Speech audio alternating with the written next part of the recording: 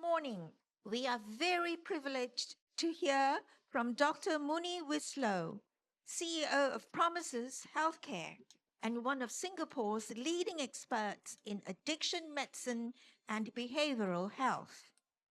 He has worked in psychiatry and addiction medicine since 1988 and is widely recognized in Asia Pacific region as a pioneer in addiction and impulse control disorders. He has a very impressive background, and I cannot do him justice.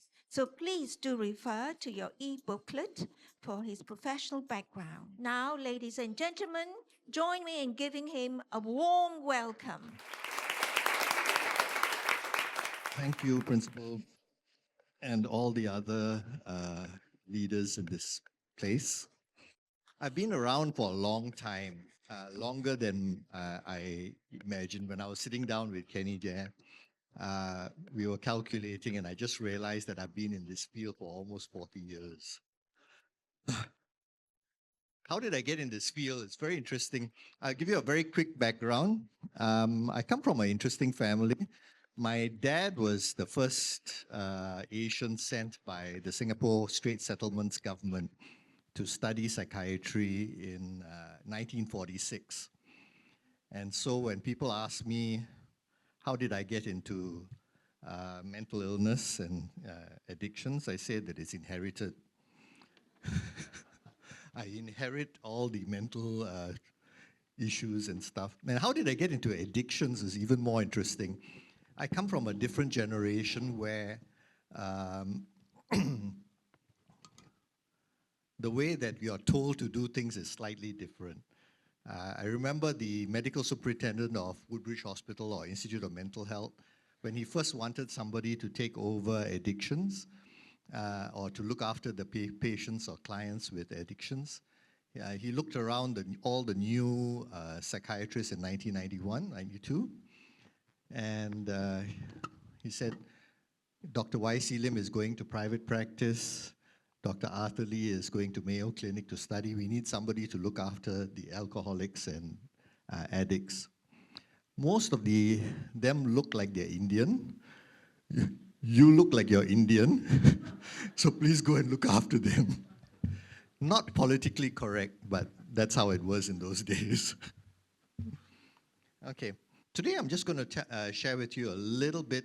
I'm much better at answering questions than at talking, but so basically, how did I get into addictions? I've told you, but more than that, I'd just like to say that when I first went into addictions, I was dealing mainly with alcohol and drugs and cigarette smoking.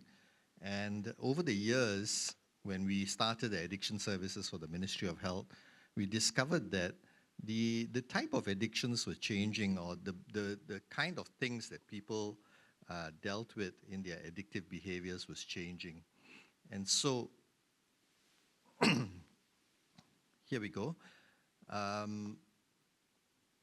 Just to let you know that there's a lot of changes going on because studies on gaming disorders in adolescents show extremely high co-occurrence with mental health conditions, including anxiety, depression, and ADHD.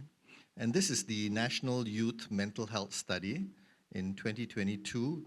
It's an IMH study, actually, that found that about 1 in 3 young people aged 15 to 35 in Singapore reported experiencing severe or extremely severe symptoms of depression, anxiety, or stress. That should be a little bit worrying to us because these are our future generations, and if such high numbers are actually struggling with it, then it is a problem. When we were first trying to deal with the new forms of addictions, for example, gambling and sex and then internet and all that, when we first brought it up, a lot of senior people said that this is all rubbish, this is folklore, and there's no such thing as a behavioral addiction. Well, I told them that, hey, maybe so, but there are sure a lot of people who are struggling with issues and are trying to make the changes that are necessary. And so that's what happened.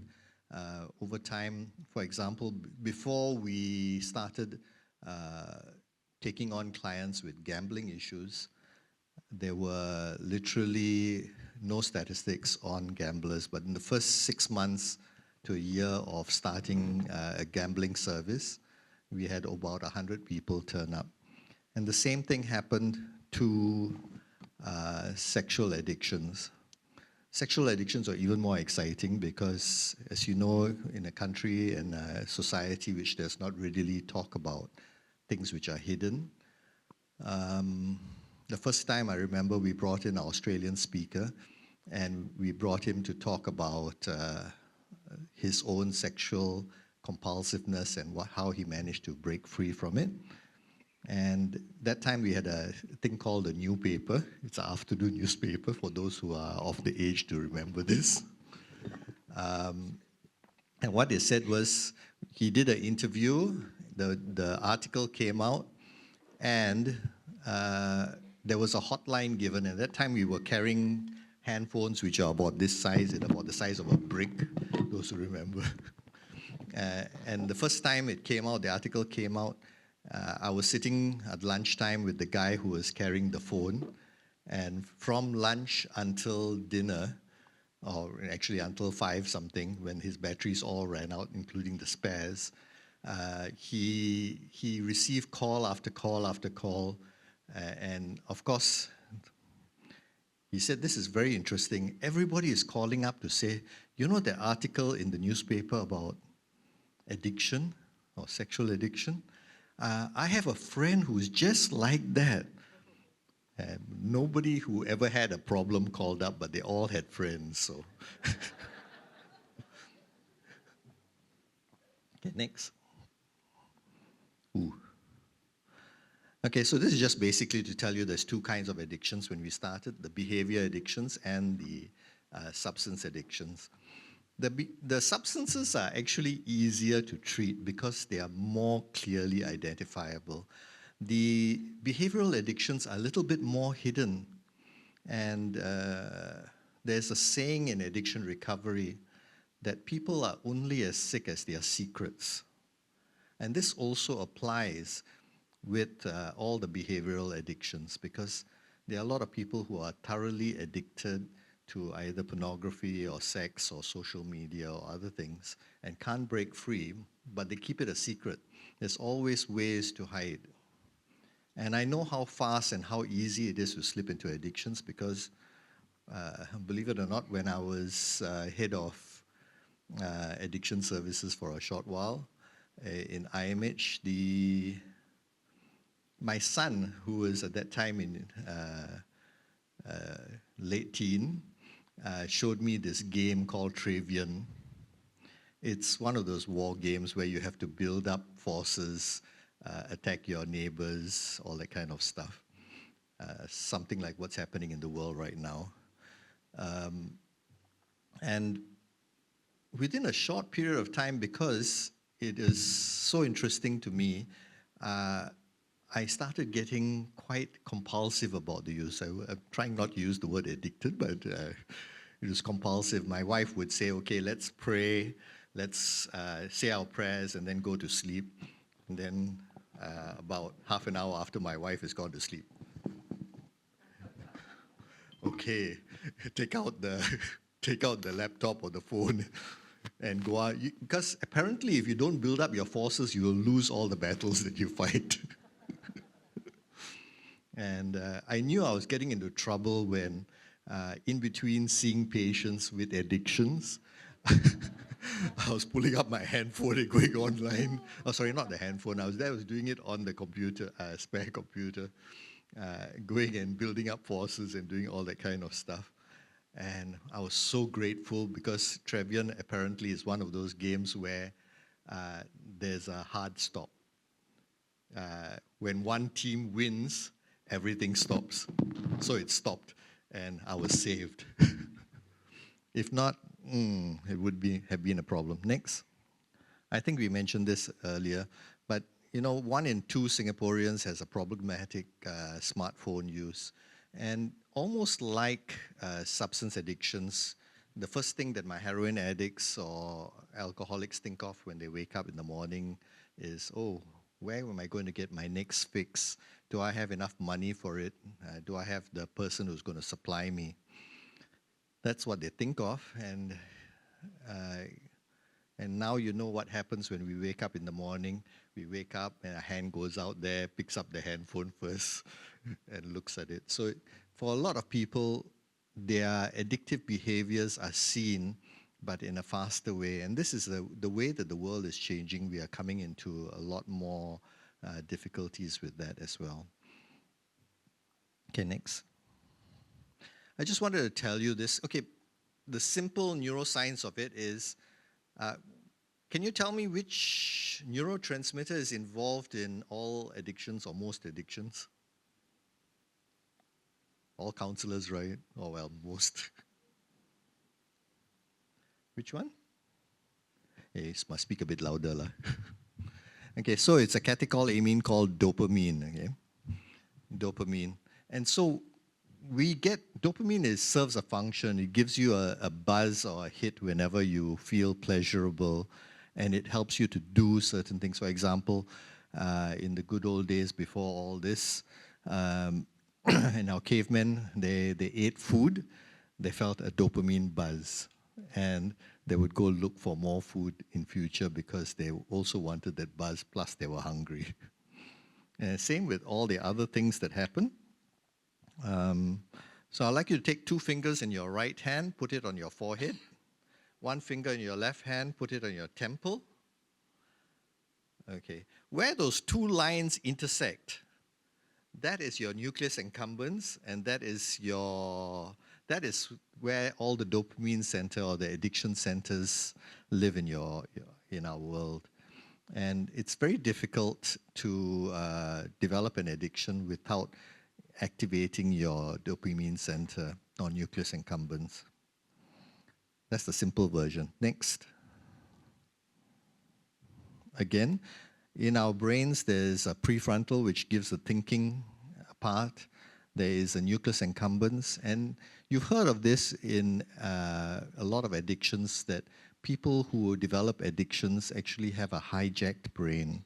And that is true because none of my patients ever start using their smartphones or drinking alcohol with the aim that I want to do this so that I can become an addict.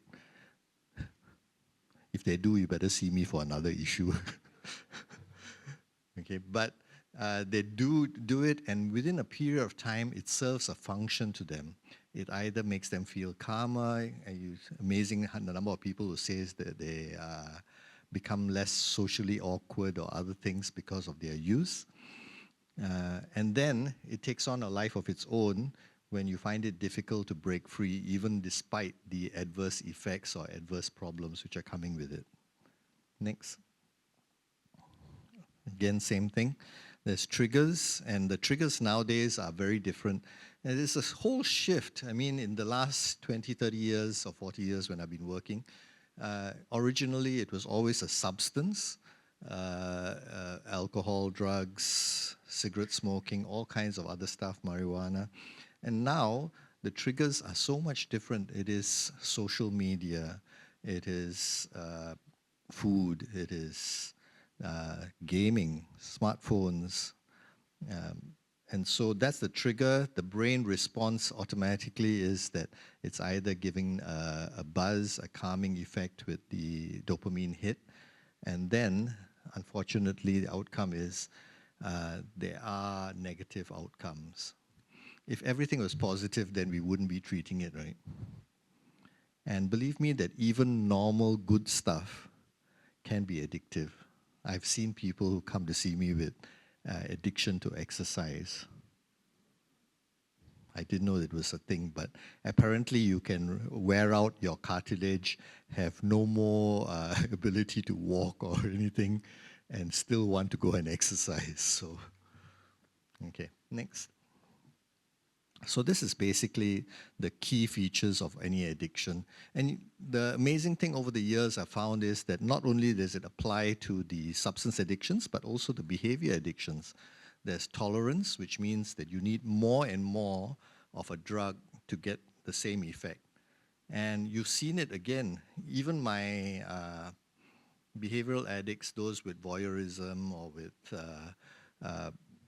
sexual compulsivity or anything else, they take more and more risky behaviors, despite the fact that they know that they are likely to get caught, or sometimes they want to be caught, just because they want to stop the behavior.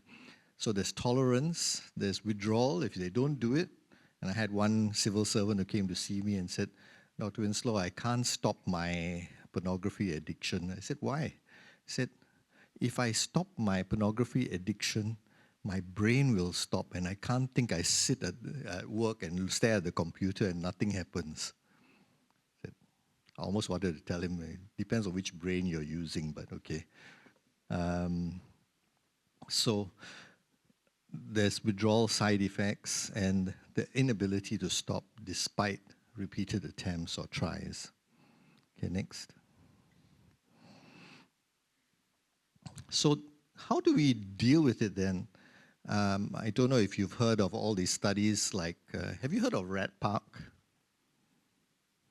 Rat Park? Okay, a quick study in the good old days in the 80s and 90s, if you attach, put a rat in a box or cage, give them a lever to press, they will, and with each press, they will get a pellet of a drug, something that gives you a buzz. They will keep pressing that, but if you stop it before they become fully addicted and give them other things like other rats to play with or more activities to do, then they no longer continue pressing the lever. Okay? The same has been where they've discovered that you put together a rat park where you allow the rats to have many choices, activities, spinning wheels to run on, other rats to talk to and do other things with. Then they no longer press that lever. But if you went back with the same rat who was addicted for a short while to the substance, and you gave them an electric shock to their leg or something, then instead of playing or doing other things, when there's trauma, they go back to the original behavior or thing which comforts them or soothes them. And currently we know that one of the most protective factors for us is safe, attuned human connections. Okay, because we're running behind time, I won't go into all this, but the simple issue is that the more that we can deal with these issues, find alternatives. Some people make the mistake in today's world that internet or cyber connection is exactly equivalent to real human connection. I think not quite. Okay, you will find that there is a difference. It's almost like me saying that I would like to do cyber exercise. I will imagine it and and then we'll see whether or not I get the physical fitness that comes along with it. And same with connectivity and behaviors that build our own connection. We need to build it through our actual relationships, and it takes time. Okay. Next. So here's the other reason. Why is it that it's so important for young people? And young people is the time when they develop a lot of new behaviors, new habits. They're willing to take new challenges. And unfortunately, they're also open to being sucked into different behaviors or drugs or addictive activities. So we need to be careful about it. We know that certain countries now have banned smartphones in schools. There are certain countries that have trying to take protective measures for their young people. I think it's a learning experience, and we will figure it out with time, because in our today's world, I think without the connectivity, it's going to be very difficult to function. You can't pass up your homework. You can't do your homework even. And so it's ways to adapt to be able to have a healthy balance. And in effect, many people are trying, often silently, to cope with life. And what Gabon Mate usually says is not why the addiction, but why the pain, and what is it that drives them to go into activities. So part of it is also looking at as therapists or people who deal with young folk and some not so young folk, we realize that nobody, and what I've realized over the years is nobody drops into an addiction for no reason. But when we want to stop the addiction, we have to put into place certain things that help them, behavioral things that help them to stop. After they have stopped, then you will find that all the reasons of why they found it difficult start to ooze out or come out.